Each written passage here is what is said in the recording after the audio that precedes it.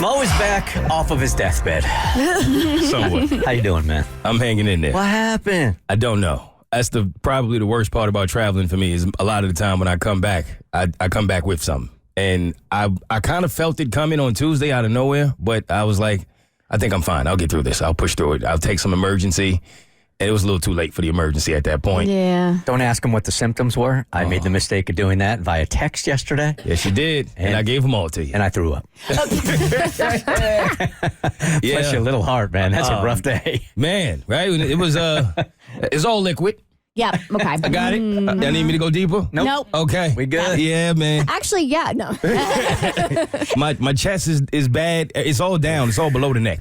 My chest feels like it's about to explode. I don't know what it is. I had a really, really nasty cough, but I woke up today. I think that one day of just sleeping the whole day, I feel a lot better. Good, man. Well, good to have you back. Thank you. So who almost missed their flight because of a designer handbag? This is my aunt who had to make what I thought was like one of the horrible or one of the toughest decisions I think I've ever seen a woman have to make in my lifetime. Was this the aunt that was the bride or an aunt that was attending the wedding? An aunt that was attending the wedding. Okay. The bride was already there. They had been there like a long time since before we got there. But I have an aunt out here who we all were going to go together. And somehow this ended up being my fault because I told everybody to go without me because I was pushing it to the limit. My flight, I think, left at 11:40. So I was running directly from work to try to get there for an international flight. And I told them to go. They did it. They waited so we can all go together. So now none of us have any room for error by the time we get through security and we get through checking our bags. God, I hate that stress. I hate that stress. So stressful. Why would they do that to you? Why wouldn't they just go ahead and go to the gate? I don't know. I have no idea. They have this like don't leave anybody behind rule, which came back to bite me when her bag got into this situation.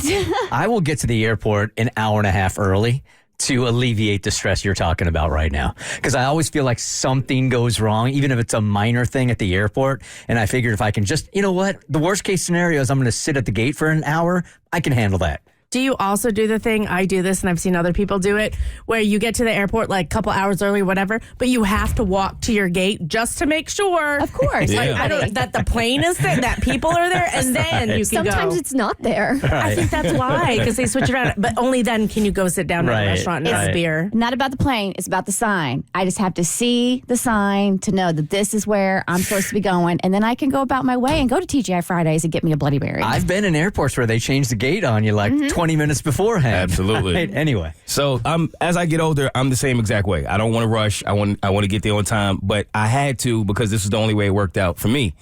So we go to get on the train at this point, and we're already boarding. So I'm already mad when it's like they're boarding and I'm not there yet, and I miss my boarding time. Like that's a whole part of buying the ticket that you get. So I'm already mad. We get on, and I don't remember what gate it was, but I remember we had to go, I think, 3 stops. So I'm like, we'll be fine. We'll get there in just enough time. No reason to panic at this point. So we finally get to where the train door opens, and I go out first. I'm carrying like most of the bags.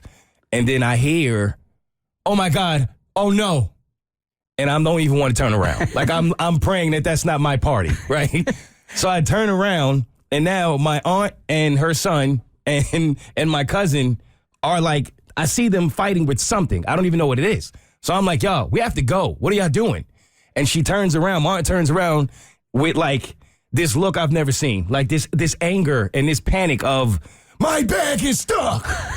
Stuck on what in the plane train? So she has this Louis bag. It's like a summer Louis bag, and it has like a chain handle. Okay. And somehow, some way, I guess where you sit down at the end of the train, there's like a little crevice there where the chain somehow gets caught in between it, and she can't get her bag out.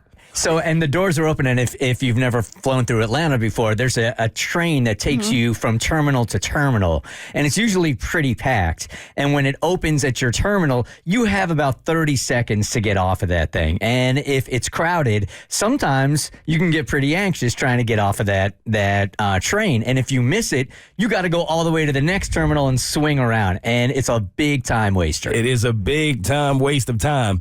And so I now have a decision to make. because a part of me wants to go catch this flight, but they didn't leave me behind, so I felt like I would be wrong to leave them behind. And it's a Louis bag, so you can't be too rough with it. Exactly. So that's what, when I go over there, they're trying to like pull it out really like delicately, and I'm like, that's obviously not working, y'all. And she's like, well, what do you want me to do? I'm like, okay, I'm not going to ask any more questions.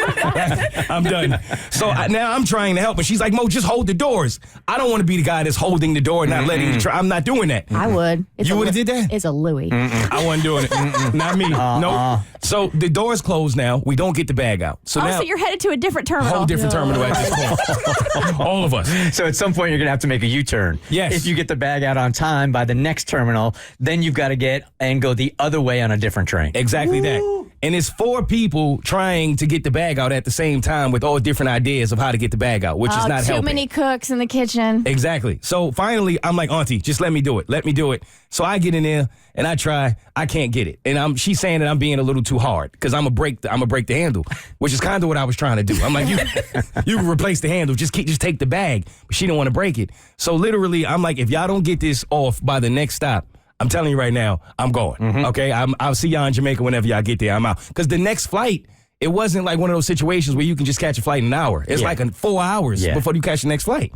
So as we get to the next stop, I mean, we're sweating, we're panicking, everybody's going through it.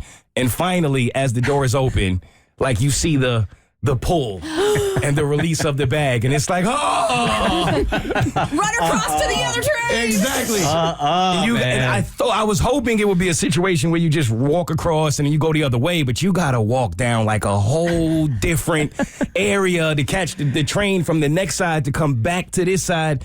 And when I tell you we just made boarding, I mean, we just made it. Like I didn't want to run, so I was letting them run, and I'm kind of doing a light jog behind them.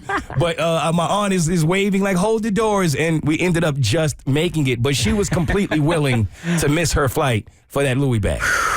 I don't know what was in that bag or what that bag is doing for her self-esteem, but I'm letting it go. I would have let it go, too. Bye. I think only the 2 men in that situation felt that way. I will see you in Jamaica 4 hours later.